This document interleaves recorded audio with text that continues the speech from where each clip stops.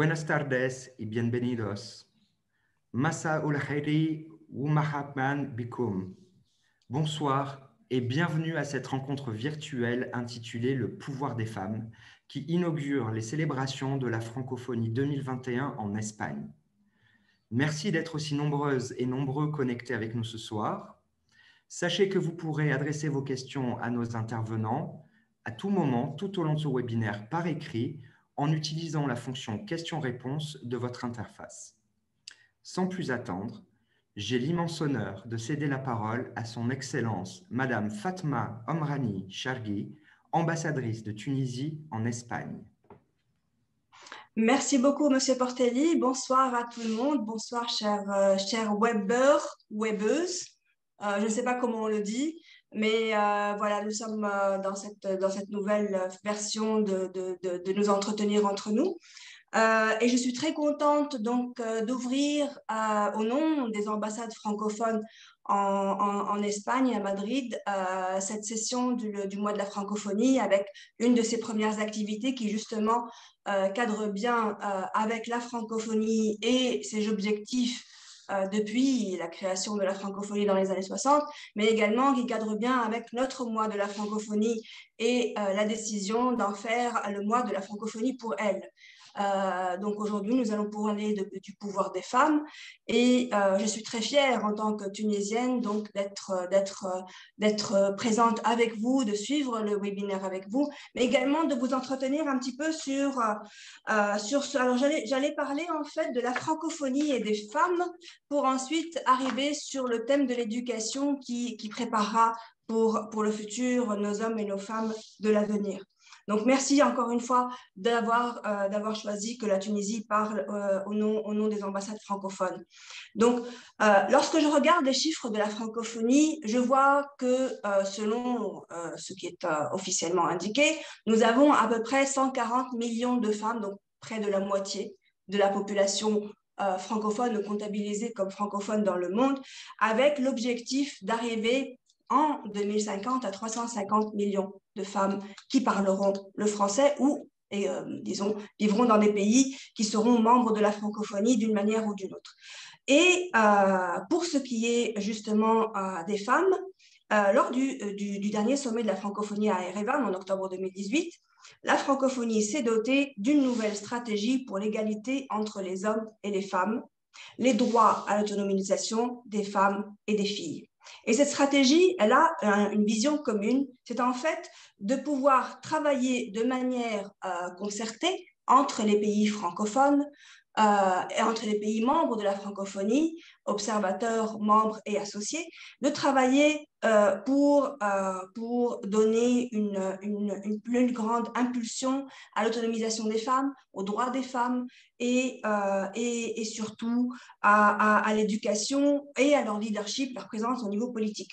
Parce qu'on s'était rendu que si dans certains pays, le niveau législatif avait bien avancé. Malheureusement, dans la pratique, il y a un ralentissement des progrès et parfois même, il y a également une remise en cause. Et donc, nous avons besoin aujourd'hui, plus que jamais, de travailler en commun sur ces objectifs qui visent à créer une égalité plus équitable entre les hommes et les femmes dans notre région. Puis est venue la Covid, nous avons vu ce qui s'est passé pendant la crise de la Covid et l'on s'est rendu compte également, selon des rapports de ONU Femmes, que les femmes et les filles ont été parmi les populations les plus impactées pendant la pandémie. Quelques chiffres de ONU Femmes. 743 millions de femmes empêchées d'aller à l'école à cause de la pandémie, ou de filles empêchées d'aller à l'école à cause de la pandémie. 2/3 de la main-d'œuvre du système de santé mondial sont des femmes. Elles ont été en première ligne pendant le travail, pendant la gestion de la pandémie et elles le sont toujours. 58% des femmes travaillent dans l'économie informelle et elles ont été en confinées ou malades et donc ça les a empêchées de pouvoir continuer à travailler et à fournir les moyens de subsistance nécessaires à elles-mêmes et à leur famille. Plus une augmentation de 9,1% de la pauvreté des femmes pendant la pandémie, contre une baisse qui avait été enregistrée, qui est arrivée à 2,7% avant la crise. Et donc, ces femmes dans l'économie formelle et informelle sont environ 740 millions et leurs revenus ont baissé de 60% pendant la pandémie. Donc, il y a un grand travail à faire pour redonner plus de moyens aux femmes et reprendre un peu ces objectifs qui ont été discutés à Erevan en Arménie. C'est ainsi que la francophonie a décidé donc de créer ce fonds, un fonds de solidarité qui s'appelle la francophonie pour elle, qui est adopté lors de la dernière conférence ministérielle en novembre 2020, sous la présidence d'ailleurs de la Tunisie, 59 projets dans une vingtaine de pays membres de la francophonie, pour l'essentiel africains, dont 2 projets en Tunisie. L'un d'entre eux, par exemple, s'appelle Ras Melek Fidark. Ça veut dire ton revenu est chez toi. Et donc, ça a permis à des femmes dans une région de la Tunisie de pouvoir améliorer leur potentiel pour créer des activités génératrices de revenus, pour également, disons, travailler sur le transfert du savoir-faire. Donc, il y a aujourd'hui 59 projets dans le cadre de ce fonds francophonie pour elle, qui permet donc justement de financer des actions de terrain, accès aux femmes et aux filles au développement économique, à l'éducation, à la santé, à la citoyenneté et à la formation dans un certain nombre de pays de l'Afrique, des Caraïbes et au Liban. Mais l'un des deux thèmes porteurs de ce séminaire aujourd'hui, c'est également l'éducation. Et aujourd'hui, la francophonie a inscrit dans ses traités que chaque francophone doit pouvoir avoir accès à une éducation et une formation de qualité, et notamment dans l'objectif d'être une véritable passerelle vers le développement et l'emploi. Et c'est ainsi que depuis 2015, il existe l'Institut de la francophonie pour l'éducation et la formation et un certain nombre d'autres agences de la francophonie, telles que l'Agence universitaire de la francophonie, l'Université Cédar Senghor d'Alexandrie, qui ont permis de développer un certain nombre de programmes et d'initiatives pour structurer nos activités communes pays francophones en matière d'éducation et de formation. Et je pense que mes collègues et amis universitaires auront beaucoup plus à ajouter sur ces points-là que moi-même personnellement. Et dans ce domaine de l'éducation des filles constitue une épine dorsale. Bien sûr, on sait quel est l'avantage d'éduquer mieux les filles, au-delà de leur propre éducation et de leur propre travail sur leur estime, sur leurs moyens de revenus, leurs sources de revenus. Nous savons que cela permet d'améliorer aussi bien la santé que le développement économique et, d'une manière générale, les systèmes éducatifs dans le monde. Malheureusement, encore aujourd'hui, dans beaucoup de pays, l'alphabétisation des femmes est encore très, très, très faible. Et dans certains pays, les niveaux d'apprentissage et les taux d'achèvement des cycles scolaires sont beaucoup plus faibles chez les filles que chez les garçons, avec malheureusement une tendance vers la baisse également ici. Donc, moins de filles à l'école et moins de filles qui sont scolarisées et qui arrivent à achever des cursus scolaires ou pour très souvent ne même pas arriver à un cursus universitaire. Je me permettrai de donner quelques mots sur la Tunisie. Je sais que mon ami Salwa Hamlouni va en parler de manière beaucoup plus développée. En Tunisie, la scolarisation des filles a commencé déjà depuis le 19e siècle et le premier établissement pour filles musulmanes a été créé en 1900 à Tunis, pour les filles d'ailleurs de l'Afrique du Nord française. Aujourd'hui, nous sommes très heureux de compter un taux de scolarisation important chez les filles, autour de 87% pour les 12-18 ans, un peu plus que les garçons. Et dans les universités, c'est 65% de filles qui sont à l'université aujourd'hui en Tunisie. Elles forment également la moelle épinière d'un grand nombre de corps tunisiens, tels que bien sûr le corps enseignant, le corps des soignants, donc aussi bien médecins que le personnel de santé, mais également le corps des magistrats, le corps des journalistes, etc., etc. Donc, nous sommes très fiers de cela. Et la Constitution de 2014 est venue encore renforcer cette parité homme-femme, puisque elle est inscrite aujourd'hui en Constitution, et a inscrit le droit à l'éducation comme étant un droit inaliénable. Bien sûr, beaucoup d'efforts restent encore à faire. L'accès aux postes administratifs et politiques de haut niveau, qui est encore disproportionné, et bien sûr l'accès à l'administration publique et l'égalité des salaires, qui reste bien évidemment une problématique mondiale. L'UNICEF dit: malgré des avancées dans le domaine de l'éducation, le monde reste un endroit violent et fortement discriminatoire envers les filles. L'émergence d'un monde plus égalitaire, plus pacifiste et moins violent envers le genre féminin, ainsi que la réalisation des objectifs de développement durable reste fortement tributaire d'une approche égalitaire envers les femmes. Aujourd'hui, le thème de la violence à l'encontre des femmes qui touche aussi bien l'évolution de leurs droits et sa mise en application que également leur droit à l'éducation fait l'objet d'un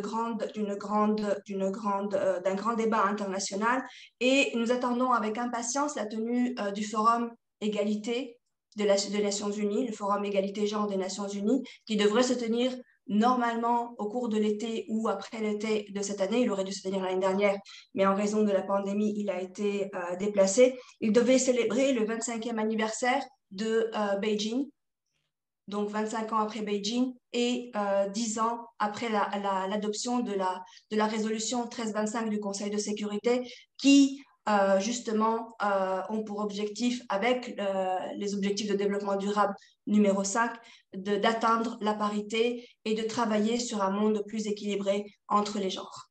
Merci beaucoup de votre attention. Je vous souhaite beaucoup de succès dans ce webinaire, et bien sûr, je suis là et à la disposition de notre public, de notre audience, mais également de nos chers conférenciers pour intervenir et travailler avec vous. Merci infiniment, Madame l'ambassadeur. Merci pour vos mots qui sont porteurs d'interrogations, d'inquiétudes, mais aussi d'espoir. Et il nous paraissait essentiel pour cette célébration 2021 de la francophonie de mettre la femme au cœur de nos échanges, au cœur de nos événements. Et nous sommes ravis que ce premier webinaire donne cette part belle et toute la part qu'elle mérite aux femmes. C'est d'ailleurs immédiatement que je cède la parole à une femme, votre maîtresse de cérémonie, que je remercie encore vivement d'avoir accepté pour sa participation à ce webinaire, Madame Carme Figuerola, professeure à l'Université de Lleida en Catalogne et présidente de l'AFUE, Asociación de Francesistas de la Universidad Española. Chère Karma, à vous l'honneur. Merci, Monsieur Portelli. Bonsoir à tous et à toutes. Je suis très, très heureuse de vous rencontrer aujourd'hui. Il faut dire que la pandémie a malgré tout quelques avantages, notamment celui de nous permettre de nous réunir quand il s'agit de participants géographiquement, pas spirituellement, mais géographiquement lointains. Alors, tout d'abord, permettez-moi, pour notre audience, de présenter les intervenants à cette table ronde, mais vous comprendrez que je ne donnerai qu'un très, très simple aperçu de leur qualité pour ne pas leur voler un temps qui est précieux, et vous en bénéficierez beaucoup plus avec eux qu'avec moi. Donc, quand vous voyez les noms inscrits sur l'écran, pas besoin de faire signe, mais je vais commencer par Vicente Enrique Montes. Il a l'avantage d'être facilement repérable. Et il faut dire qu'il vient de l'Université d'Oviedo et qu'il s'intéresse à la littérature orale africaine, notamment aux romans africains, en français et en espagnol. Et en plus, qu'il collabore avec une ONG, donc il pourra nous éclairer très bien sur les rapports qu'une institution comme l'institution académique universitaire peut avoir avec des institutions ou des organisations extérieures à ce monde de l'enseignement réglé, et qui sont de plus en plus fréquentes à l'université. Donc, merci d'être là. Il y a ensuite Isabel Esther González, elle vient de l'université d'Almería.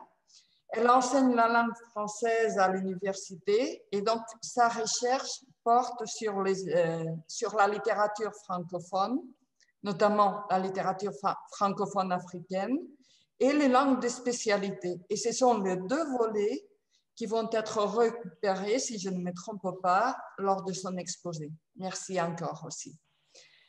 Ensuite, Encarna Medina Arjona, qui vient de l'université de Jaén, où elle enseigne essentiellement la littérature française. Elle a une recherche qui est nombreuse sur des aspects divers du 19e et du 20e siècle, mais notamment, je voudrais souligner qu'elle a travaillé sur les écrivaines françaises, sur la mémoire, sur la transmission de la culture et les patrimoines.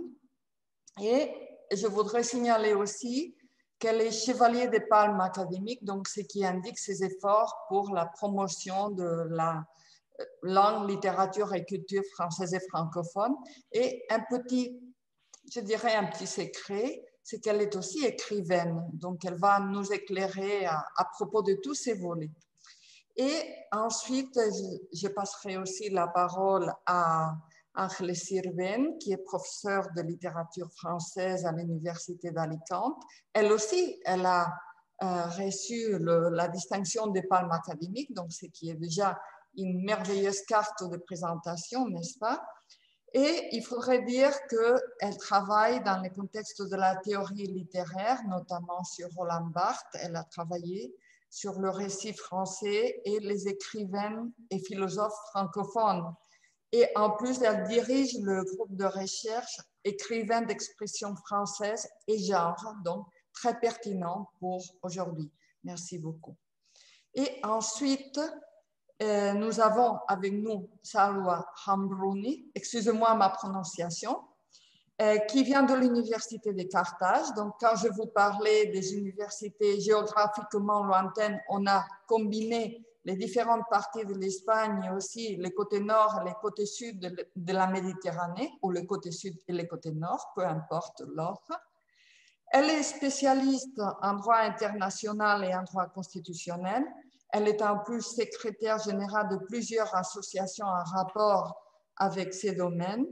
Et à souligner, elle est membre de la commission présidentielle Égalité et Liberté.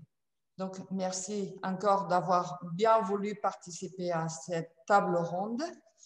Et pour l'auditoire, dans une vue d'ensemble, notre auditoire aura bien remarqué que tous les participants, nous avons en commun un trait, c'est que nous appartenons au milieu universitaire et donc, ils pourront bien comprendre que le but de cette table ronde est de mettre en lumière les projets académiques que chacun ou chacune mène à terme auprès de son institution, que ce soit du côté recherche, que ce soit du côté de l'enseignement ou de la valorisation de ces deux aspects, en vue de favoriser la visibilité des femmes.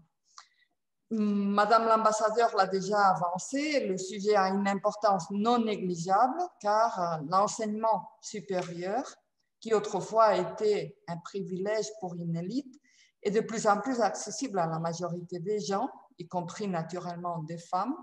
Mais on ne se trompe pas, l'université a d'abord été un monde masculin et les filles ont dû y gagner sa place.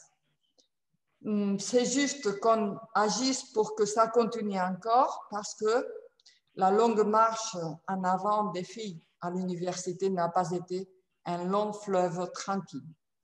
Donc, je vais leur passer la parole. Chacun de nos intervenants a autour de 10 minutes. Comme M. Portelli l'a déjà annoncé, les participants pourront, s'ils en ont envie, écrire dans les chats des questions, des remarques qui seront reprises à la fin.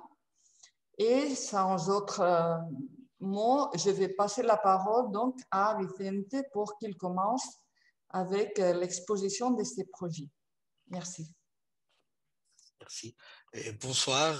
Je voudrais d'abord remercier l'ambassade de France et de m'avoir invité à participer à ce webinaire, Madame l'ambassadeur de ces paroles et bien sûr Madame Figueroa de sa présentation. C'est un honneur pour moi de représenter l'Université d'Oviedo et de partager cet espace avec mes collègues et le public, bien sûr. Bien, je vais vous présenter plusieurs activités qui sont les résultats de la collaboration de diverses forces institutionnelles, l'Université d'Oviedo et la Fondation El Pájaro Azul, dont le but est de faire connaître les cultures africaines en Espagne, et l'Agence asturienne de coopération au développement. Notre projet vise à propager dans un large public la richesse culturelle de l'Afrique, notamment grâce à la littérature et au cinéma. Bien, quand les médias parlent du continent africain, ils évoquent très souvent les difficiles conditions de vie de sa population. Mais ils oublient un facteur essentiel, à notre avis, la diversité des cultures. Valoriser cette pluralité des cultures et ces différentes manifestations favorise le respect des hommes et des femmes anonymes. Notre objectif est aussi de sensibiliser à la variété des modèles culturels tout en faisant prendre conscience que les facteurs socioculturels ne sont pas nécessairement tous transposables. Le rôle des femmes occupe une place essentielle dans nos activités car leur présence dans les sociétés africaines a connu des changements importants qu'il faut mettre en relief. Nous sommes persuadés que pour atteindre nos objectifs, il faut donner la parole aux Africains et aux Africaines et faire entendre leur voix. Bien, je vais citer très rapidement les activités que nous organisons. D'abord, la création des DVD, la coordination des journées littéraires des séminaires, l'élaboration d'un site web destiné à l'enseignement de plusieurs langues, la remise du prix Lettres africaines et la présentation des candidatures pour les prix Princesse des Asturies de la communication et des sciences humaines et les prix Princesse des Asturies des lettres. Bien, pour cette dernière activité, nous comptons aussi sur l'appui de l'équipe de recherche dirigée par Margarita Alfaro, professeure de l'Université Autónoma de Madrid. La première activité que je vais vous présenter est la création d'une série de DVD dont le titre est Escritores Africanos. Il s'agit d'une collection composée pour l'instant de 7 DVD dont chacun est une interview réalisée à une personnalité des lettres africaines telle que Rukiatou Ampateba, présidente de la fondation Amadou Ampateba et légataire des manuscrits de son père, la malienne Oumou Ahmad Traoré, la béninaise Agnès Akboton ou la guinéenne Angela Nthambi. Malheureusement, il a fallu interrompre la collection à cause de la COVID-19 qui empêche, comme vous savez, les écrivains de se rendre aux Asturies. Un exemplaire de chaque disque optique qui a une durée de 30 minutes se trouve à la Bibliothèque nationale d'Espagne, mais le public peut le visionner sur YouTube. Si vous cherchez sur YouTube série Escritores Africanos, vous trouverez tous les enregistrements. Je suis le scénariste de la collection et moi je m'occupe aussi du sous-titrage afin que les vidéos puissent être comprises par les publics francophones et de langue espagnole. Notre deuxième activité est l'organisation des journées littéraires qui réunissent des auteurs africains de plusieurs pays. Cette année, nous avons invité à participer plusieurs écrivaines telles que l'ivoirienne Tanela Boni, Zahra Asnaoui ou Remei Sipi. En prenant la parole, elle nous présente un vaste panorama de la société africaine et reflète les multiples préoccupations des femmes de notre siècle. Qu'elles soient romancières, essayistes ou poètes, elles revendiquent le contrôle de leur propre vie et prendre part beaucoup plus activement à l'organisation de nouvelles sociétés adaptées aux aspirations d'une Afrique plus indépendante. Des séminaires consacrés à l'analyse des littératures africaines se sont déroulés parallèlement sous les titres Femmes africaines, apparence, réalité et contexte, et l'Afrique, écriture et identité. 14 chercheurs venus de plusieurs pays, dont 10 étaient des femmes, ont abordé la production orale et écrite du continent africain. L'équipe de recherche Extraños Cosmopolitas, dirigée par Isabel Carrera, a participé très activement au développement des séminaires. Des cycles de conférences précèdent généralement les journées littéraires afin d'analyser des phénomènes sociaux actuels tels que l'immigration, le racisme ou le féminisme africain. Hélas, il faut le dire, parmi le public, il n'y a pas beaucoup de jeunes et nous nous demandons comment faire pour que la jeunesse se rende aux salles où les débats se déroulent. Une quatrième activité est la création du site web Lectura, Escritura y Oralidad, Lenguas Extranjeras, dont le but est l'enseignement de plusieurs langues étrangères par le biais de littérature. Mais un objectif secondaire est la promotion d'une politique d'égalité entre l'homme et la femme dans la société en créant des activités qui favorisent la rupture des clichés de genre. Nous croyons que pour enseigner les langues étrangères telles que le français et l'espagnol, toute didactique servant des textes littéraires s'avère très utile. Par l'intermédiaire des littératures africaines, nous abordons des sujets comme la polygamie, l'immigration ou la conciliation de la tradition et la modernité. Par exemple, nous avons élaboré des activités centrées sur un récit de l'écrivaine sénégalaise Nafissatou Diadiouf, où la métonymie occupe une place essentielle et laisse voir les clichés concernant la femme. Parmi ces exercices, nous comptons des enregistrements qui accompagnent les textes littéraires et qui permettent d'apprécier les différents accents de la francophonie. D'autre part, nous avons voulu donner connaissance publique à tous ces gens qui diffusent les littératures africaines grâce à des blogs, des revues ou à l'édition de volumes littéraires. Ce prix s'appelle Letras Africanas, Lettres africaines. En 2020, nous avons récompensé les efforts de la revue littéraire Licencia Poética, qui a publié des volumes consacrés à la poésie africaine.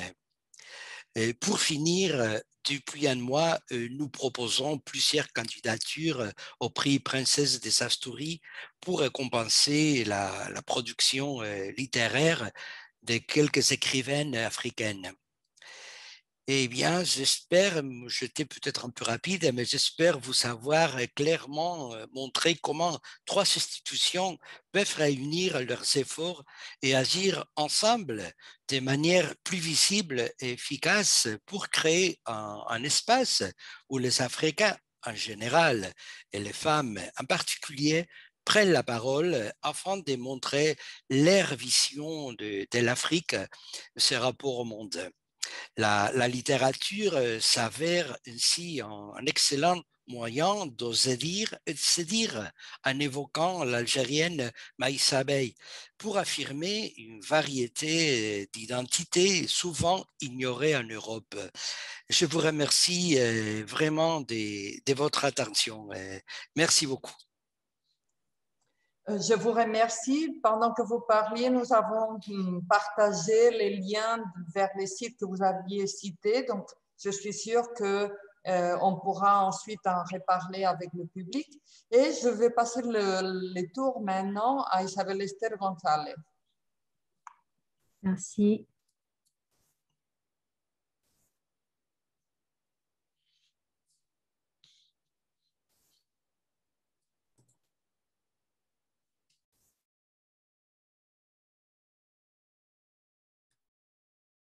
Attendez-moi parce que j'ai des problèmes pour la présentation.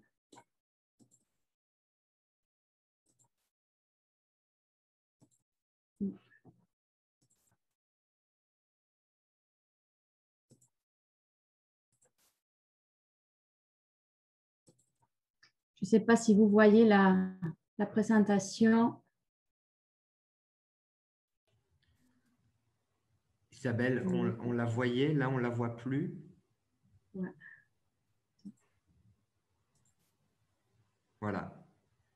Oui. Si vous pouvez la passer en plein écran, et ce sera parfait. Oui, c'est ça, j'ai des problèmes pour la passer en plein écran.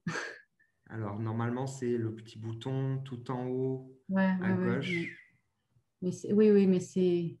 Bon, je vais... Si vous voyez, je peux commencer comme ça parce que... Très bien. Sinon, bien.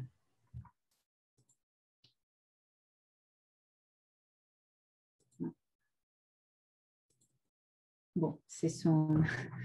Bien, bonsoir à toutes et à tous. D'abord, je dois vous remercier pour me permettre d'être aujourd'hui là, parmi vous, et vous montrer le travail que je fais comme professeure et chercheuse à l'Université d'Almeria et comment je fais connaître à mes étudiants de français et langue étrangère la vie des femmes africaines à travers la littérature féminine et le théâtre. Et d'abord, il nous semble pertinent de réfléchir sur la puissance du théâtre appliquée à l'enseignement général. En vue de mener à bien ces projets didactiques, nous avons choisi la matière appelée langue moderne appliquée au secteur touristique français qui s'inscrit dans le cadre du diplôme de tourisme. Ces cours annuels est enseigné à la faculté des sciences économiques et commerciales de l'Université d'Almeria, plus précisément lors de la 3e année universitaire.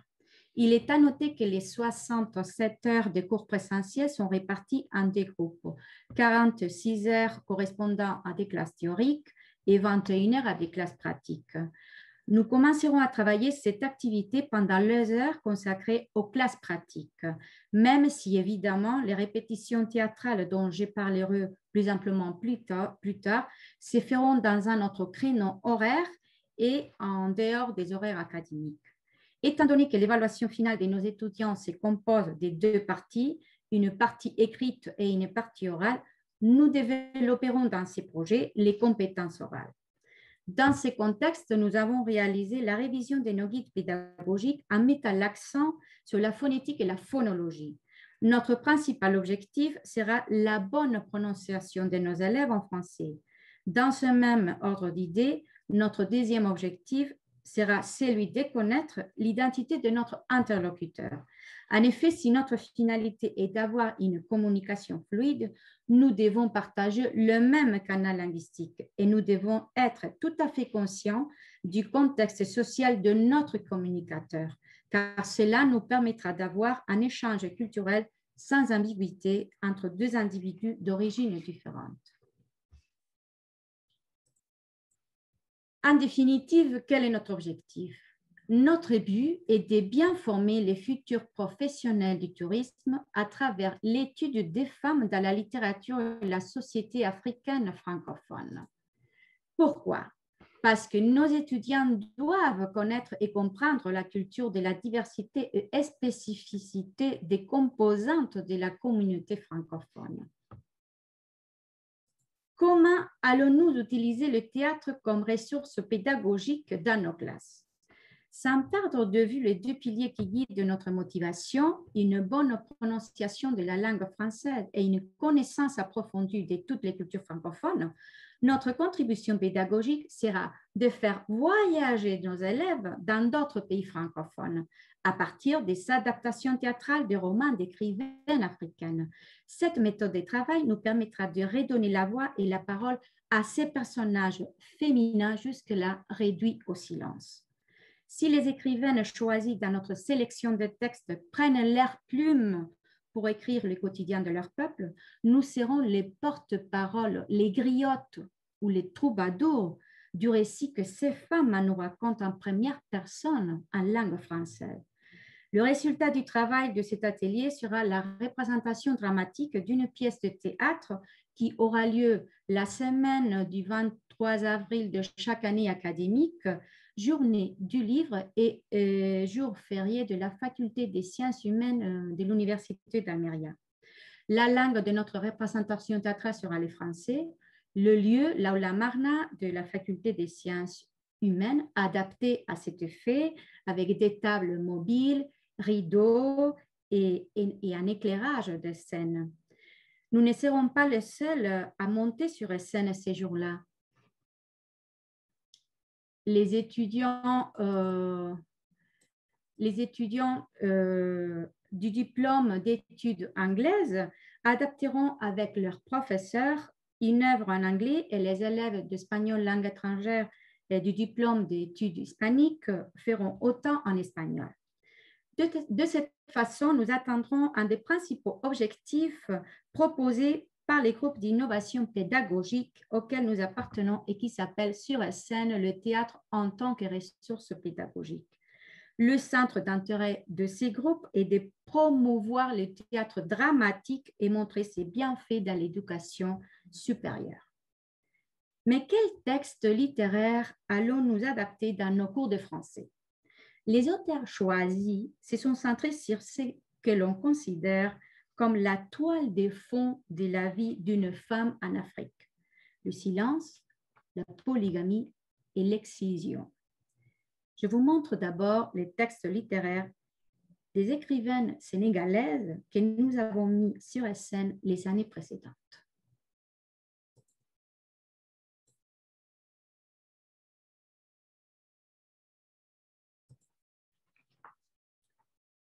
Dans ces textes, Mariam Ba nous parle de la polygamie et de la perspective très large sur ce qui constitue, par certaines femmes africaines, un conflit moral et interne et ce qui représente pour beaucoup d'autres le respect de la tradition.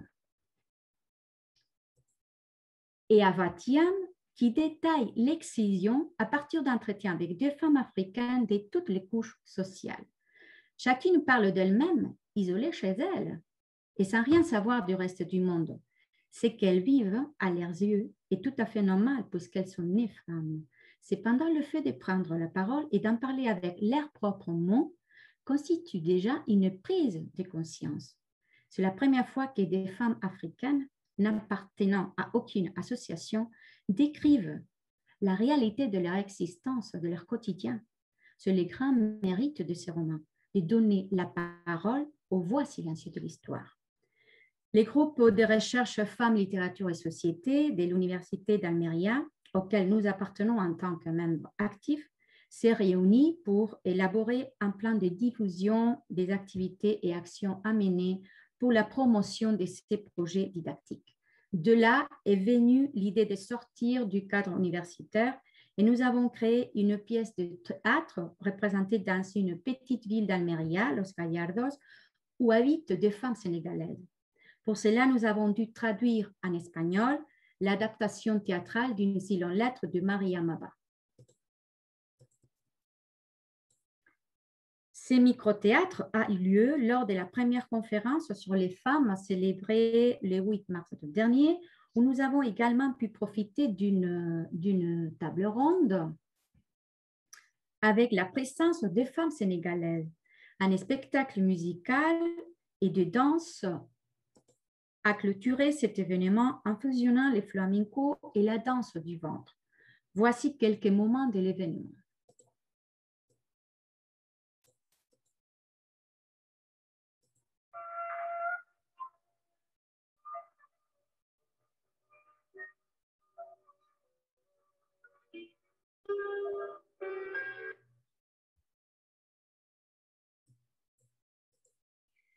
Nous avons poursuivi cette année notre démarche en soumettant aux étudiants le roman La retournée des Zouari, où la protagoniste parle de la liberté d'une femme africaine. Le texte littéraire que nous travaillons actuellement avec nos étudiants appartient à des écrivaines maghrébines, comme Zouari. Zouari est née à Kef, en Tunisie, écrivaine et journaliste, et habite à Paris depuis 1979. Zouari, dans La retournée, redonnera la voix et la parole à ces personnages féminins réduits au silence, ainsi qu'à ces filles maghrébines qui ne peuvent pas aller à l'école à partir dès l'âge de 13 ans, comme les deux sœurs jumelles du personnage principal du roman, je cite. Nous étions à la fin du mois de juin et l'école du village venait de fermer. Maman avait surgi dans les patios tel une bourrasque. « Viens ici, Bouddha !» Maman tenait d'une main un pain et dessinait de l'autre la chambre des jumelles. « Sors-le de là, balaie s'il le faut, mais confisque-moi leur cartable. » Je connaissais la sévérité de ma mère, mais pas cette violence dans la voix. J'observais la scène à 2 pas. Les jumelles avaient couru derrière lui. Elles avaient tenté de reprendre leur cartable, lui avaient griffé les mains en vain. Bouddha avait atteint le centre du patio où montaient déjà les flammes du four. Maman avait tout observé, les visages fermés. Elle avait commandé et Bouddha avait jeté lentement mais sûrement les crayons, les gommes, les feuilles, le livre. Je regardais la scène avec le même visage incrédule. Je me souviens exactement de ce que j'avais murmuré ce jour-là dans l'oreille de Dieu. Je te prends à témoin de ce qui vient de se passer. Maman ne me fera jamais ça, jamais. Et puis la narratrice est partie et s'est exilée en France où elle est devenue mère d'une fille libre. Elle représente aujourd'hui la voix et la parole de ces femmes africaines qui sont réduites au silence. Mais en raison de la COVID-19, nous avons dû arrêter les répétitions théâtrales que nous avions déjà commencées en décembre 2019. Cette année, nous avons repris les répétitions et nous le faisons actuellement en ligne avec nos nouveaux groupes d'étudiants.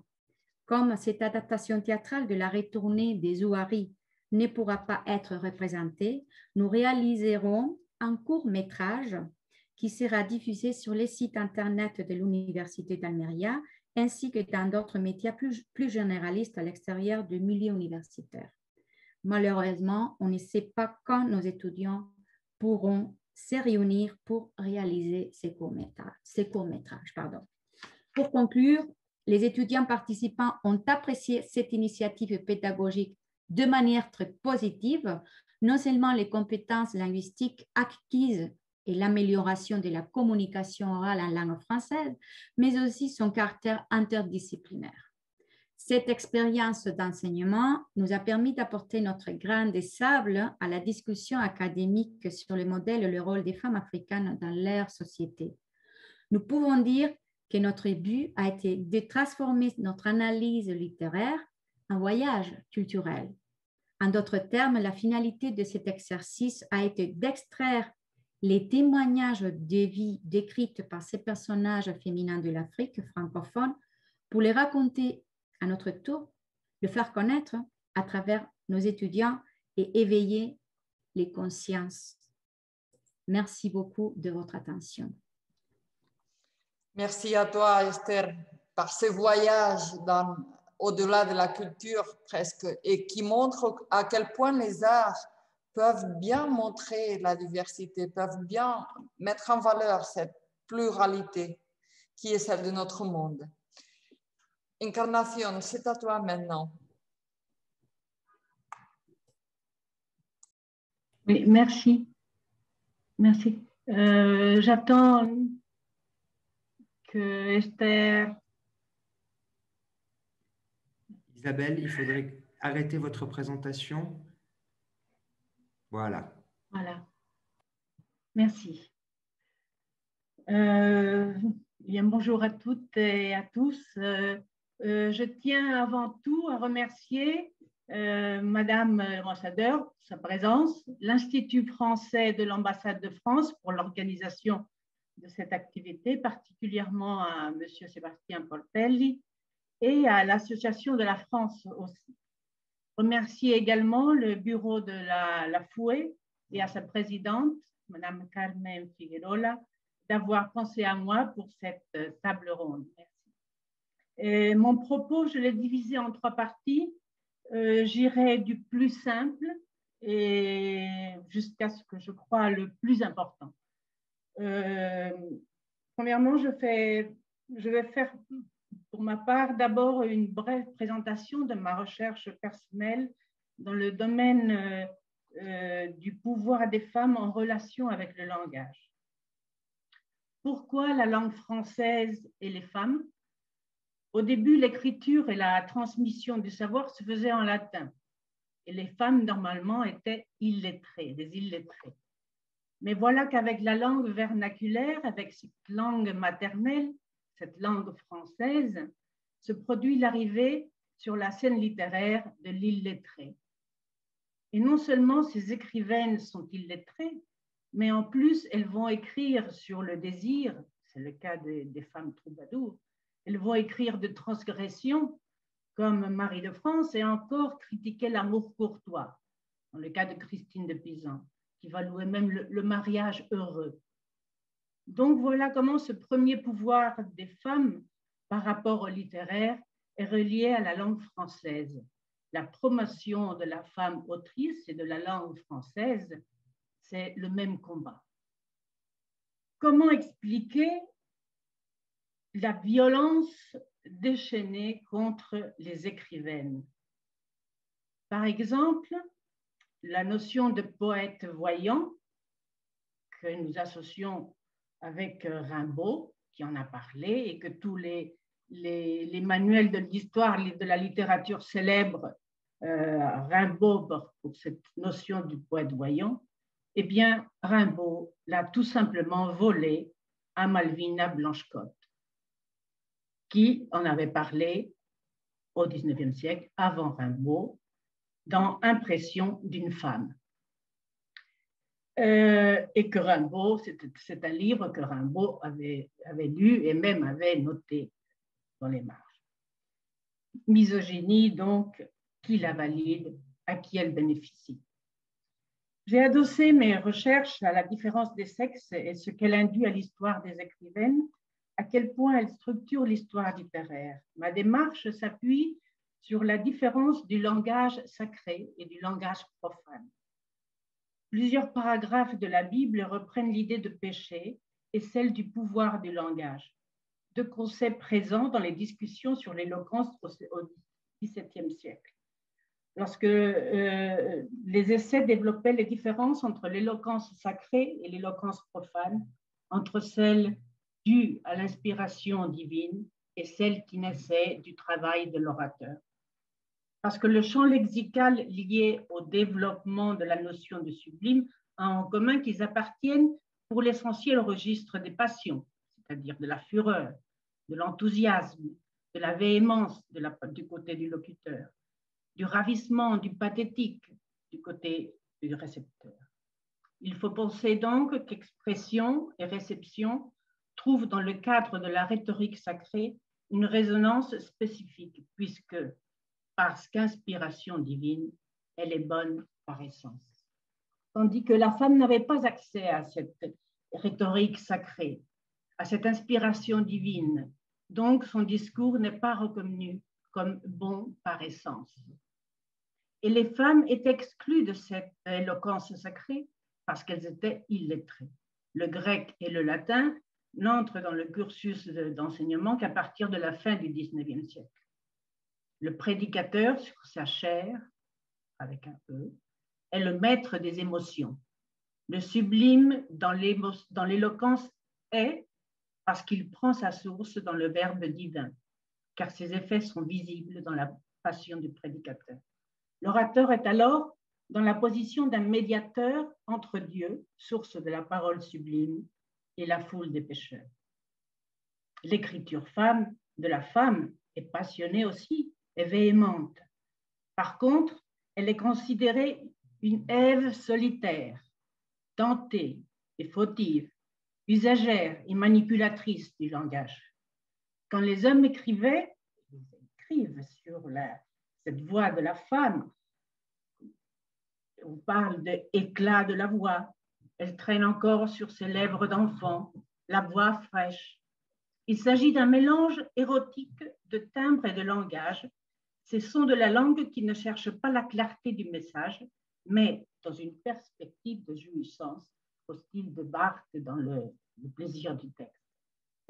Ce que Barthes dit, cette volupté des voyelles, toute une stéréophonie de la chair, sans E, profonde, l'articulation du corps, de la langue, non celle du sens du langage.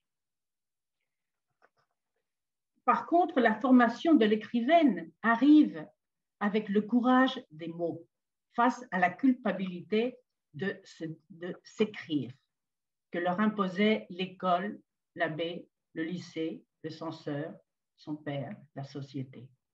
De ce point de vue, la question de la voix féminine a bien rapport à la question de l'affirmation du moi, considéré comme autonome et sujet de son propre discours, ce qu'on appelait l'éloquence, ni sacrée ni profane, mais coquette.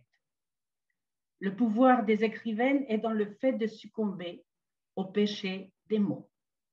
Devenir écrivaine, c'est vouloir déployer les mots, les faire jouer, aller à la source de l'Éden.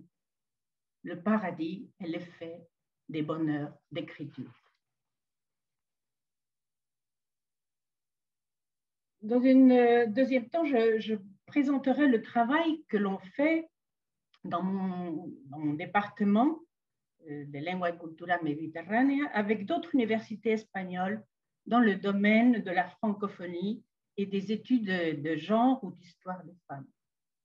Nous avons travaillé dans différents projets d'études de genre et de littérature française, quelques-uns dirigés par Madame Ángel Santa de l'Université de Lleida, avec des participations aux colloques qu'elle a organisés et aux publications auxquelles ils ont abouti.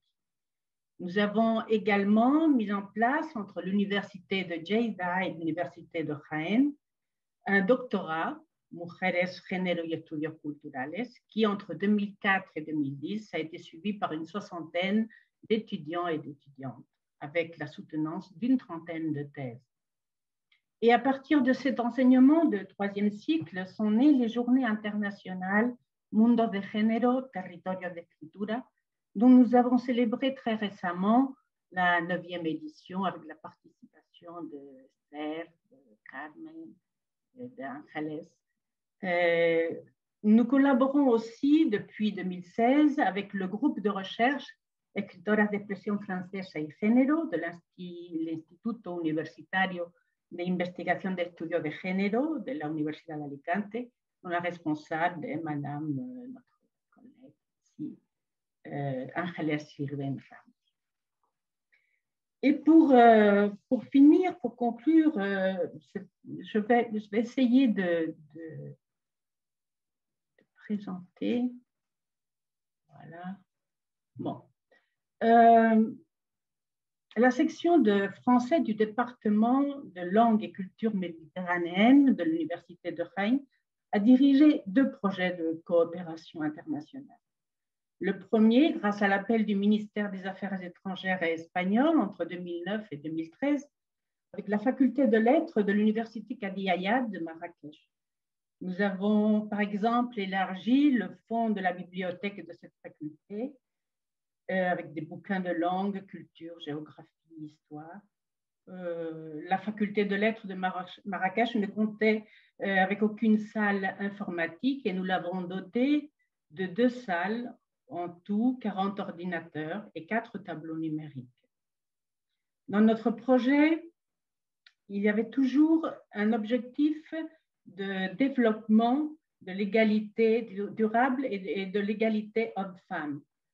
Et nous pensions que cette ouverture informatique au monde était un besoin impérieux pour l'accès des femmes, des jeunes filles universitaires à la culture mondiale et bien sûr à travers la langue française. Nous avons organisé à Marrakech 2 colloques internationaux avec la participation entre autres des collègues des départements de français de l'université espagnole. Voyons là les photos. Et, bon, et là, j'envoie un petit clin d'œil à Karma lorsqu'on a visité la... Bon, merci Karma. L'autre projet, avec le soutien de la Junta d'Andalucía, avec les universités brésiliennes de UFRD et Université Dourados et Paraná respectivement. Ce projet nous tient particulièrement à cœur parce que les besoins d'égalité de la femme sont redoublés par une différence très marquée de classe sociale et même triplée par une différence en raison de la couleur de la peau des femmes, des petites filles brésiliennes. Nous faisons maintenant partie de la Cátedra UNESCO, Diversidad Cultural, Género y Fronteras de Dourados, et nous y avons organisé des séminaires sur les études de genre, des cours magistraux, des journées d'études. Je suis très fière de présenter ces photos avec la participation des jeunes universitaires brésiliennes. Nous avons également, dans ce même projet, collaboré avec l'un des orphelinats de petites filles de Dourados. Et surtout, nous avons connu sur place et le besoin d'aider les femmes et les petites filles et les tout bébés, les tout petits bébés, par exemple d'un hameau indigène Guarani Kiowa. Là, vous voyez une des habitations des indigènes. Là, c'est au fond, c'est l'orphelinat des tout petits, des petits bébés. Et voilà. Voilà, je finis en vous remerciant à tous et à toutes. Merci bien. Merci à toi, Encarna, d'avoir présenté un si large éventail de possibilités que nous offre le milieu universitaire. On y reviendra après. Ángeles, c'est à toi maintenant. Merci.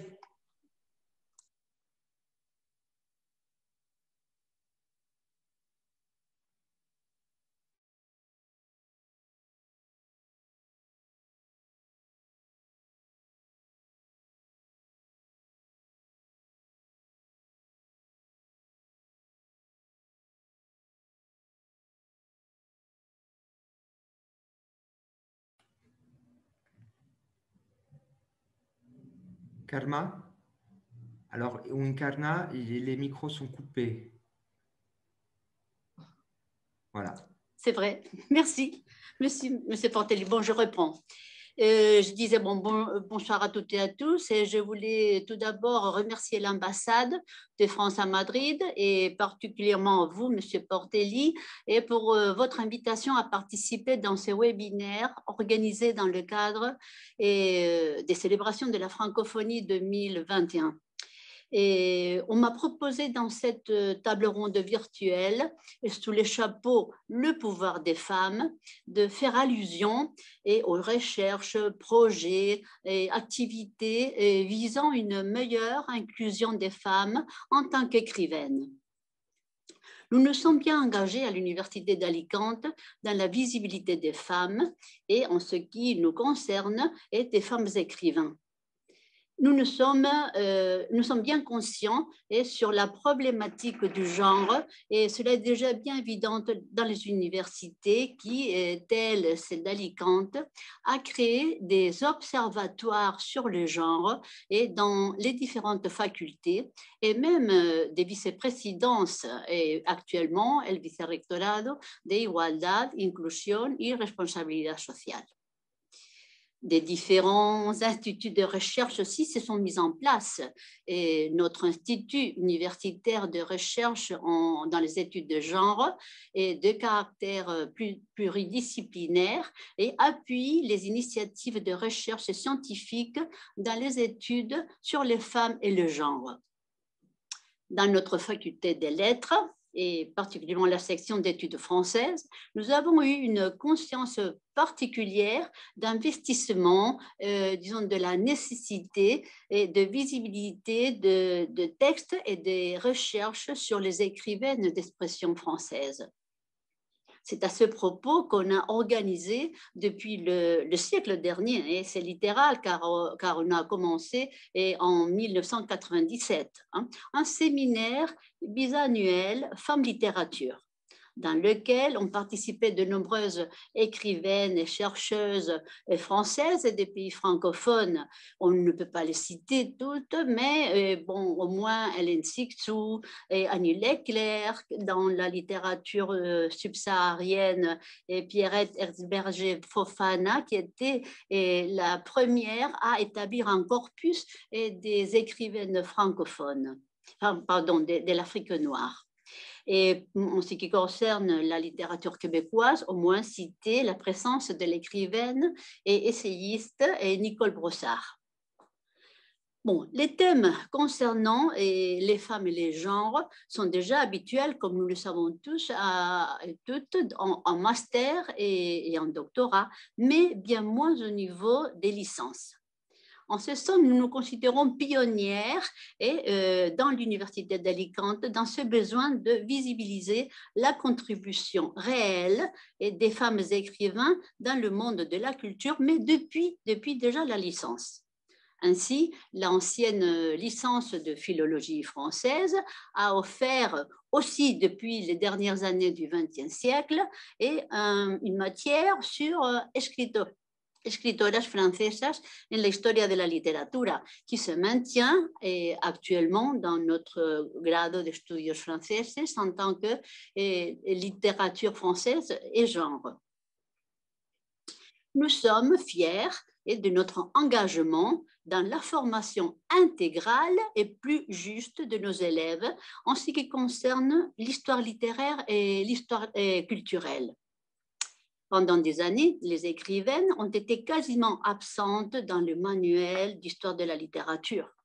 Il a fallu donc un investissement, des efforts dans la recherche pour faire valoir la production d'un grand nombre d'écrivaines et de philosophes. Nous avons la satisfaction que de différentes promotions, générations de nos étudiants et étudiantes aussi, ont pu avoir accès depuis plus de 20 ans à une réalité, disons, voilée pendant longtemps.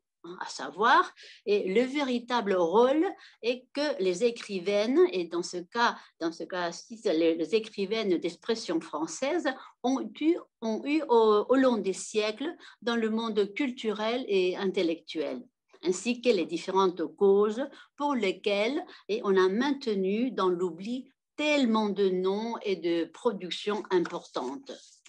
En définitive, la satisfaction d'accorder une vision plus juste de l'histoire littéraire, celle de nos écrivains, mais aussi de nos écrivaines.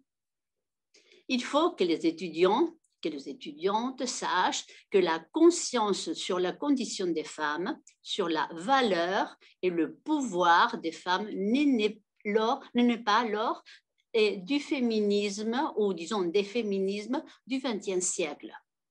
Que des auteurs ou des autrices telles que Christine de Pizan, elle était déjà citée par Encarnación, et Christine de Pizan, déjà à la fin du Moyen-Âge, avec une solide formation intellectuelle, a été un très bel exemple d'auto-affirmation comme femme et comme auteur, et qui a su s'opposer à la pensée misogyne des grands auteurs de son époque.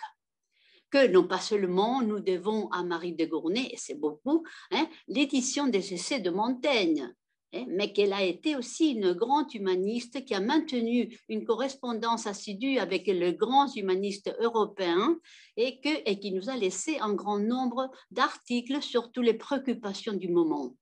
Qu'à travers les salons, bien des fois des noyaux d'une véritable formation, les femmes ont réussi un pouvoir intime et public en même temps, et où se sont forgées bien des réflexions sur la future révolution. Qu'il y a des auteurs tels que Manon Roland ou Olympe de Gouges. Celles-ci n'ont pas seulement l'auteur de la Déclaration des droits de la femme et de la citoyenne, mais aussi l'auteur de plus de 30 pièces de théâtre et d'écrits politiques, et qui se sont bien engagées dans la vie politique de son temps, l'une et l'autre méritant pour cela la guillotine. Que le romantisme a fait beaucoup de mal aux femmes et aux femmes auteurs, en prônant les vertus de leur sexe et en les subordonnant encore dans la vie culturelle du XIXe siècle, comme Encarna et d'autres, vous savez bien. qu'il y a eu un formidable essor dans la production littéraire et essayistique à partir du dernier tiers du XXe siècle. Qu'il faut mieux connaître les écrivaines des différents pays francophones avec une production maintenant très abondante, mais sans oublier les actions des pionnières. Des pionnières telles le féminisme précurseur d'une Awa Keïta, par exemple, d'une Maria Maba, qu'Isabelle aussi a cité, dans le panorama de l'Afrique noire. En définitive, notre mission comme enseignante doit être d'ouvrir, disons, des portes, de leur faire savoir, c'est-à-dire de faire savoir aux élèves et que ces femmes, que ces textes ont existé, qu'ils sont importants, et leur donner les outils pour qu'ils, elles, puissent continuer sa formation future. Que même si certains textes de femmes n'ont pas été réédités, ils sont accessibles grâce au travail de numérisation, de digitalisation, et que la BNF a entamé moyennant Gallica. Nous leur apprenons l'essor des différentes maisons d'édition qui soutiennent, avec la création des collections spécifiques, les rééditions et les recherches sur les femmes. Que ce soit dans les éditions Honoré Champion, par exemple, avec la collection Littérature et Genre, que ce soit, je ne cite que deux exemples, la belle initiative de notre collègue dans cette table ronde, Encarna Medina, avec la collection La Perspective textuelle et qu'elle dirige dans les éditions L'Harmattan.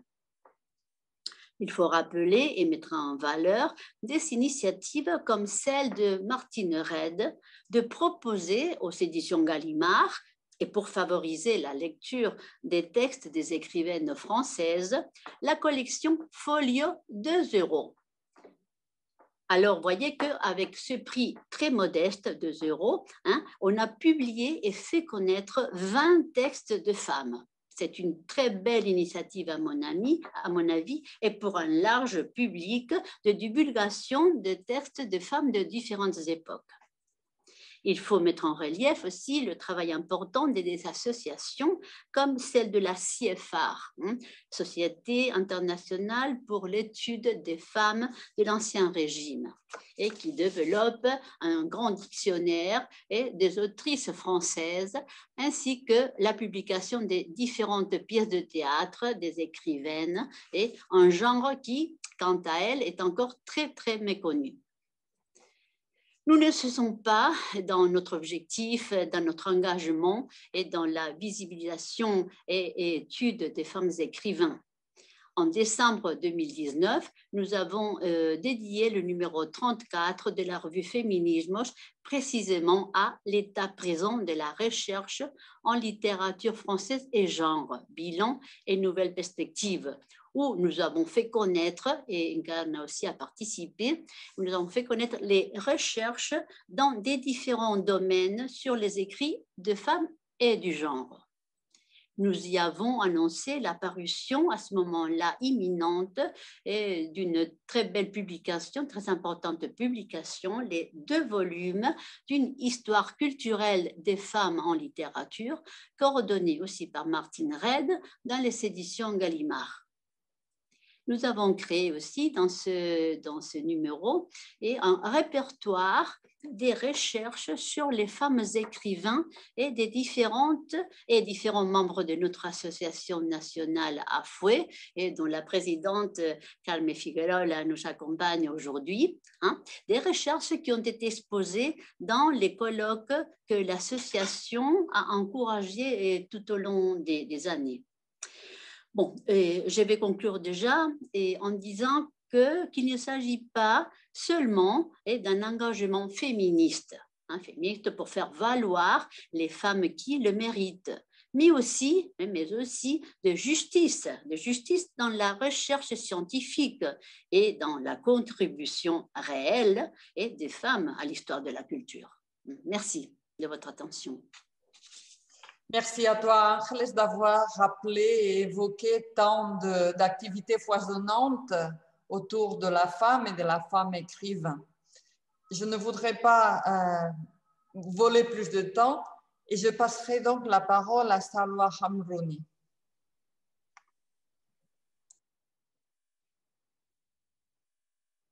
Les micros, il faut activer les micros. C'est bon? Voilà, merci beaucoup. Je tiens d'abord à remercier les organisateurs de cette rencontre. Je tiens à remercier l'ambassade de la Tunisie en Espagne, mais aussi l'ambassade de France en Espagne pour permettre cette rencontre qui m'a fait déjà du bien parce que ça m'a ramené un peu dans le monde de la littérature et ça m'a sorti un peu du monde juridique. Alors, le pouvoir des femmes par rapport à la Tunisie, je rappelle tout simplement qu'il y a un cadre déjà juridique et institutionnel qui a évolué en Tunisie et qui a eu ses répercussions évidemment dans le monde de l'université. Je rappelle que qui dit pouvoir des femmes, je pense que le pouvoir des femmes passe avant tout par l'éducation, par le savoir. Et la Tunisie post-indépendante a donné une priorité à 2 domaines particuliers qui sont la santé, y compris la santé reproductive des femmes qui avaient donné ses résultats sur le long terme, et aussi l'éducation. Bien sûr, cela a été précédé par un certain par une modernisation du droit de la famille qui a déjà commencé en 1956 à travers le code du statut personnel et l'interdiction de la répudiation, l'organisation judiciaire du divorce, l'interdiction de la polygamie. En fait, c'était un peu un féminisme d'État, mais qui a été ensuite accompagné ou repris un peu par la société civile à travers des associations qui, depuis longtemps, ont commencé à chercher d'autres alternatives à l'émancipation des femmes. Je tiens aussi à rappeler que la Constitution tunisienne de 1959 n'a pas consacré de dispositions spécifiques aux femmes, contrairement à celle de 2014. Donc, la nouvelle Constitution, c'est vrai, a consacré un pas quand même assez important en termes d'égalité, déjà au niveau du texte, ce qui permettra à la société civile, aux femmes de revendiquer plus de droits, un article qui prévoit clairement l'égalité entre citoyennes et citoyens. Il y a aussi un autre article dans la Constitution qui traite de l'égalité, de la parité, de la protection des droits acquis de la femme, mais aussi de l'égalité des chances entre hommes et femmes pour l'accès aux diverses responsabilités et dans tout le domaine. Et il y a aussi une exigence de lutter contre la violence faite aux femmes. Donc, il y a un contexte constitutionnel ou une base constitutionnelle qui permet à l'université d'aller de l'avant pour plus d'égalité. Il y a aussi l'article 33 qui parle des libertés académiques, qui garantit les libertés académiques, et il y a une confirmation aussi à propos du droit à l'éducation et comment est-ce qu'on est tenu de préparer les générations à une culture sensible aux droits humains. Alors, comment est-ce que tout cela a été pris en considération par rapport aux femmes au sein de l'université? Moi, je vais parler d'expériences que nous avons dans mon institution, mais je précise qu'il y a eu, bien avant la Révolution, des masters d'études féminines qui se sont spécialisés dans la question genre bien avant 2011. Aujourd'hui, nous avons aussi un master à l'université, à la faculté de la Manouba, je pense, sur le genre, culture et société. Donc, c'est un master qui est spécialisé. Alors, dans notre faculté, on n'a pas de master spécialisé qui est dédié au genre, mais on a plusieurs formes de contribution à cette sensibilisation des étudiants. D'abord de la nécessité d'avoir une approche genre par rapport à tous les domaines, mais c'est une aussi prise de conscience de l'importance de la discrimination, des dégâts qui sont donnés par la discrimination, Si je rappelle tout simplement que les deux tiers des diplômés du supérieur sont des femmes, mais pour le chômage, les femmes sont presque le double de l'homme. Donc, il y a un problème et qu'au niveau de l'université, je pense, on peut commencer, même si ça paraît un peu tard, si on s'en prend on prend ça en charge à l'université, et c'est quand même une certaine contribution et c'est dans le rôle de contribution de l'université à son environnement. Je donne quelques exemples pour notre expérience à ma faculté. D'abord, moi-même, j'assure un cours des droits humains au niveau de la première année de la licence. Et ça fait quand même quelques années, je n'avais pas cette introduction avant, mais depuis quelques années, j'ai consacré d'abord, il y a eu un changement sur l'intitulé du cours parce que nous sommes influencés par la tradition française et donc on appelait ça cours des droits de l'homme et des libertés. Maintenant, c'est un cours des droits humains et je prends assez de temps au niveau de l'introduction pour parler le pourquoi de ces droits humains. La question ne se pose pas en arabe, mais en français. On revient à l'histoire française, à Olympe de Gouges, à la question de l'écriture inclusive et donc et tous ces aspects qui sensibilisent parce que le langage n'est jamais neutre et le langage, donc la discrimination peut déjà passer à travers la langue. Donc, il y a cet aspect-là, à part tous les aspects relatifs à l'égalité, dans l'absolu, au principe juridique de l'égalité. Alors, nous avons également, comme je co-dirige un master sur les droits humains également, c'est un master professionnel, donc il est ouvert plus à le profil que nous avons, c'est plus la société civile, c'est des gens qui travaillent dans la société civile, qui sont engagés dans la société civile et qui veulent avoir des outils leur permettant d'agir et donc qui viennent s'inscrire dans ce master. Et bien dans ce master, on a un cours spécifique qui est dédié au genre, qui est assuré sur 22 heures. Il est assuré par ma collègue, Madame Monia Benjmia, elle-même auteure, et ça m'a rappelé tout à l'heure, vous avez parlé de Fawzia Zoueri, que j'aime beaucoup, et comme écrivain, j'ai lu ses ouvrages et je trouve ça d'une extrême sensibilité. Madame Monia Benjmia vient de publier un livre sur l'inceste qu'elle a appelé Les siestes du grand-père, et donc c'est une juriste, mais qui passe à l'écriture, à la littérature, si on peut appeler ça comme ça. Et donc, c'est elle qui assure ce cours spécifique dédié au genre. Il y a aussi d'autres cours, mais qui se concentrent énormément sur la question genre. C'est un cours qui est consacré à la traite des êtres humains, bien sûr, parce que les principales victimes de la traite sont des femmes, sont les enfants, sont les catégories, aussi les catégories vulnérables, et aussi le droit des réfugiés. C'est un cours sur le droit des réfugiés, mais il y a un traitement spécifique aux femmes.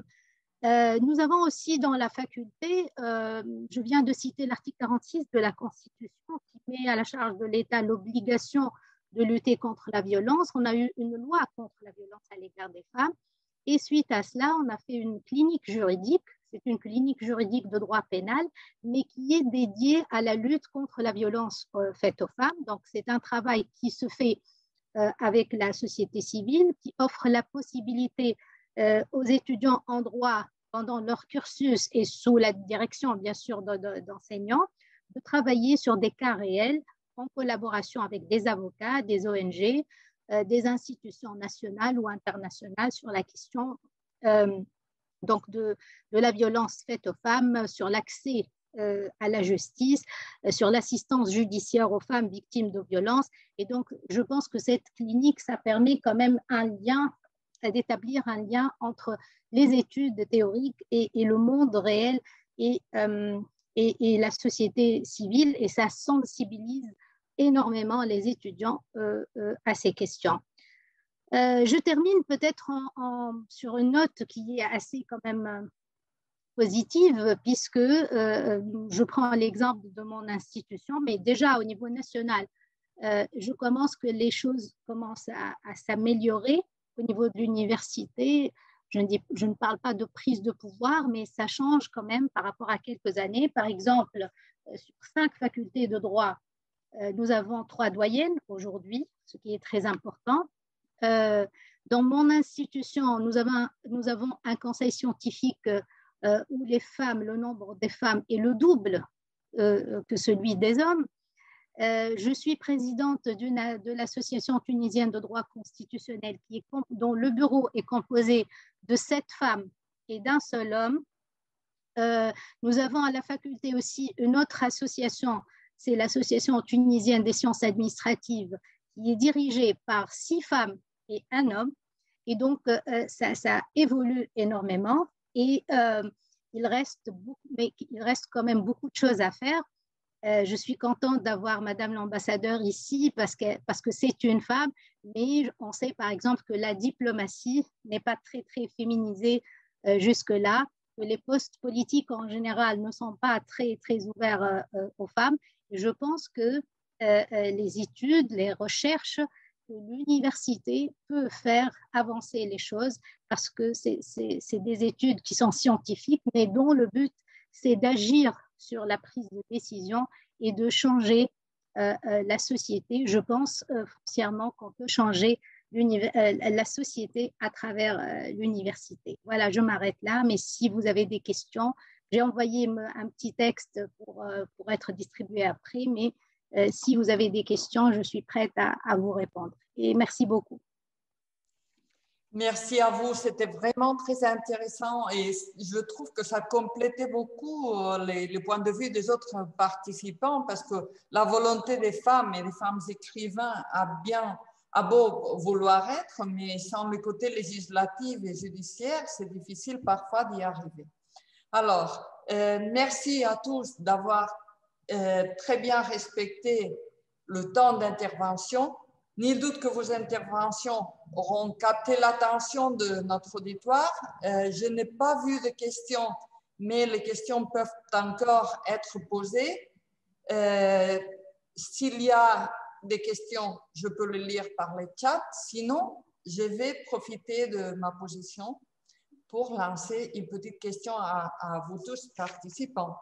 D'abord, il faut dire que c'était très bien de rappeler qu'une femme était à l'origine des essais de Montaigne, de nous montrer que Rimbaud a été un voleur, ce qui n'est pas dit sur les histoires littéraires, et de nous avoir rappelé des thèmes tellement intéressants comme la polygamie, le deuil, chez Fawzia Zouari, la retournée, la femme qui se révèle, qui revient aussi du nord vers le sud, et de nous avoir donc montré une réalité différente.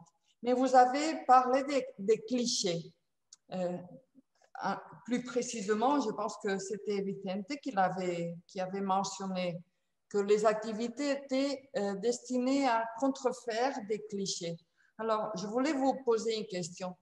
Croyez-vous que les clichés de ces femmes du Sud sont les mêmes que les clichés des femmes du Nord? Parce que je me souviens très bien que Fatima Mernissi, qui avait longtemps parlé de l'idée d'harem, avait très bien remarqué que notre idée comme Européens ne coïncidait absolument pas avec la réalité de l'harem. Alors, vous avez parlé de la polygamie, par exemple. Je me demande si nous, Européens, nous avons une idée précise de ce que ça veut dire, de ce que ça comporte dans la réalité. Mais la parole est à vous.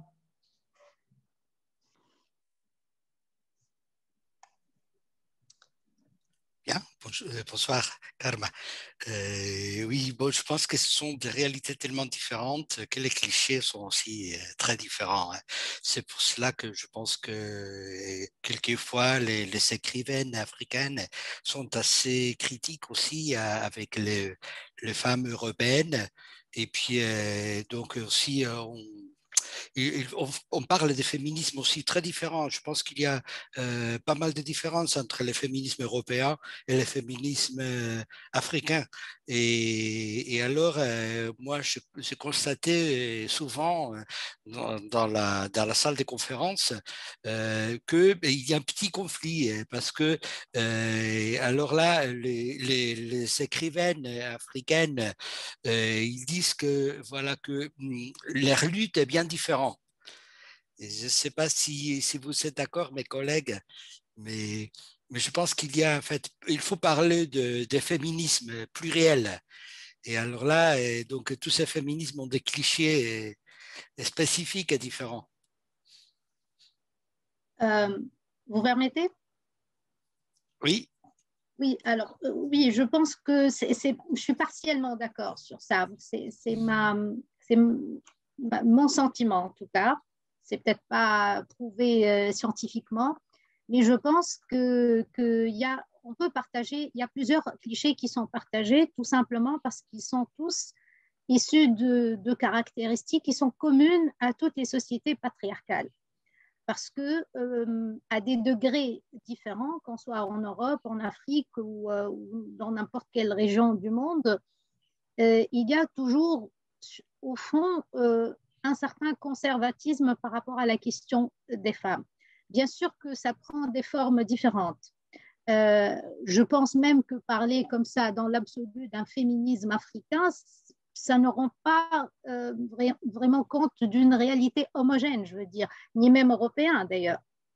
Et donc, je pense que beaucoup de clichés peuvent être partagés, peut-être leur expression diffère, leur intensité diffère, mais ils le font par rapport aux femmes, par rapport au rôle de la femme dans la famille, par rapport à l'apparence de la femme, à sa manière d'être, sa manière de parler. Je pense qu'il y a ici et là quelques recoupements, j'allais dire. Bien sûr, il y a des spécificités. Je pense par exemple au féminisme dit musulman ou des féminismes dans le monde musulman qui prend une autre forme, qui traite d'un autre point de vue et qui est un peu différent parce que le référentiel, en l'occurrence, par rapport à ce courant, c'est comment dire ou comment accepter que les femmes soient à l'égal de l'homme sans sortir de l'ordre culturel, disons, qui est établi et sans sortir de la religion, pour dire les choses crûment. Donc, c'est ça peut-être la spécificité. Et même là je pense, par exemple, pour la Tunisie, il y a des mouvements dans ce sens. Et la Tunisie, le féminisme que je connais dans la société civile, c'est totalement délié par rapport à la question religieuse et c'est un féminisme qui est basé sur la modernité de l'État, sur une rupture aussi avec le contexte et avec le référentiel religieux, parce qu'on a compris que vouloir arriver à l'égalité tout en restant rattaché d'une manière très, très stricte à une certaine interprétation de la religion ne va pas arranger les choses. Et donc, il y a des points communs, mais il y a certaines spécificités. Et je peux dire même que dans le monde arabe, par exemple, il y a une différence entre le féminisme en Tunisie, le féminisme en Égypte, le féminisme au Maroc, et chaque pays a une évolution historique un peu qui explique cela. Moi, j'ai parlé tout à l'heure du féminisme d'État et je pense que ça a beaucoup aidé les femmes tunisiennes à se débarrasser de ce complexe identitaire et de revendiquer tout simplement un principe universel qui est l'égalité, tout simplement. Salwa, si vous permettez, puisqu'on est en Tunisie pour l'instant, il y a quelqu'un du public qui a demandé si vous pouvez préciser si le droit civil tunisien a fait une modification concernant la succession ou l'héritage pour qu'il soit égal entre hommes et femmes.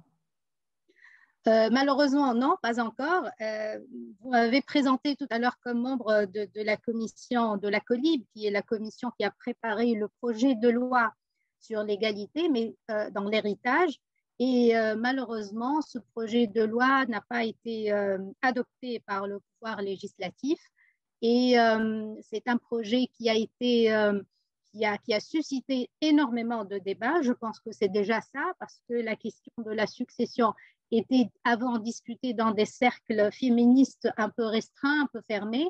Je pense que déjà, le point positif, c'est que depuis ce rapport, on a commencé à traiter de l'égalité dans l'héritage publiquement. Ce qu'on voudrait, c'est d'en parler sereinement aussi, parce que jusque-là, en fait, malheureusement, comme c'est une question qui est intimement de la religion, et vous comprendrez donc pourquoi j'ai fait allusion tout à l'heure à la rupture avec la lecture du texte tel qu'il est, parce que le texte, si on ne le met pas dans le contexte, ça nous donne le statu quo, c'est-à-dire on va rester dans la discrimination. Mais jusque-là, cette loi n'a pas été adoptée et ça reste quand même un champ de bataille pour les femmes tunisiennes. Pas seulement les féministes, je pense, même pour les hommes tunisiens qui croient que les êtres humains naissent libres et égaux. Merci. Est-ce que nos autres intervenantes veulent ajouter un propos ou une remarque? Je pense qu'on a une petite minute. Bon, moi, pardon, moi, avec cette 30 secondes, j'avais quelques exemples, mais moi, je pense qu'il y a un seul féminisme aussi, comme Mme Salwa ou Khan. Il y a un seul féminisme avec plusieurs niveaux, espaces de lutte, moments de lutte différents. Et j'ai pris des notes, si on avait le temps.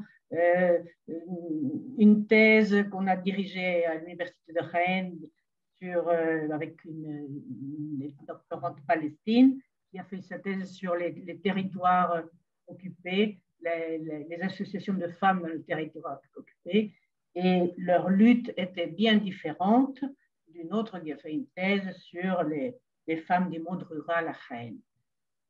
Tous féministes, mais avec des motivations bien différentes et des niveaux différents, parce qu'il y a un contexte social, économique, politique et même, je pense aussi à ces travaux au Brésil où les petites filles noires ne sont pas comme les petites filles blanches.